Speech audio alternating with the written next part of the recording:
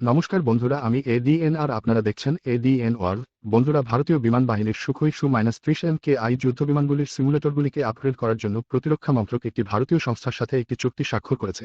একটি অফিসিয়াল বিবৃতিতে বলা হয়েছে এর নেতৃত্বে এই আপগ্রেডে সমস্ত দেশীয় অস্ত্র এবং ক্ষমতা অন্তর্ভুক্ত করা হবে। আইএএফ পাইলটদের অপারেশনাল প্রশিক্ষণ বাড়ানো হবে।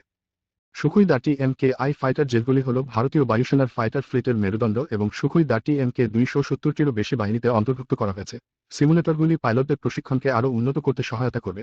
এর আগে প্রতিরক্ষা মন্ত্রক মড শুক্রবার দিল্লিতে ৩৯,১২৫.৩৯ কোটি রুপি মূল্যের 5টি বড় মূলধন অধিগ্রহণ চুক্তি স্বাক্ষর করেছে।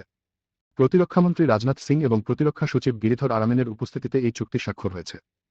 5টি চুক্তির মধ্যে একটি চুক্তি হয়েছে মিগ-20 বিমানের জন্য অ্যারো ইঞ্জিন সংগ্রহের জন্য হিন্দুস্তান অ্যারোনটিক্স লিমিটেডের সাথে, দ্বিতীয়টি ক্লোজ-ইন ওয়েপন সিস্টেম CIWS সংগ্রহের জন্য এবং হাই পাওয়ার রাডার HPR সংগ্রহের জন্য লার্সেন অ্যান্ড টুব্রো লিমিটেডের সাথে, এবং দুটি BrahMos aerospace private limited BAPL এর সাথে ব্রহ্মোস ক্ষেপণাস্ত্র সংগ্রহ এবং ভারতীয় প্রতিরক্ষা বাহিনীর জন্য জাহাজবাহিত ব্রহ্মোস সিস্টেম সংগ্রহের জন্য। এই চুক্তিগুলি দেশীয় সক্ষমতাকে আরও শক্তিশালী করবে, বৈদেশিক মুদ্রার সাশ্রয় করবে এবং ভবিষ্যতে বিদেশি উৎপত্তির সরঞ্জাম প্রস্তুতকারকদের উপর নির্ভরতা কমবে।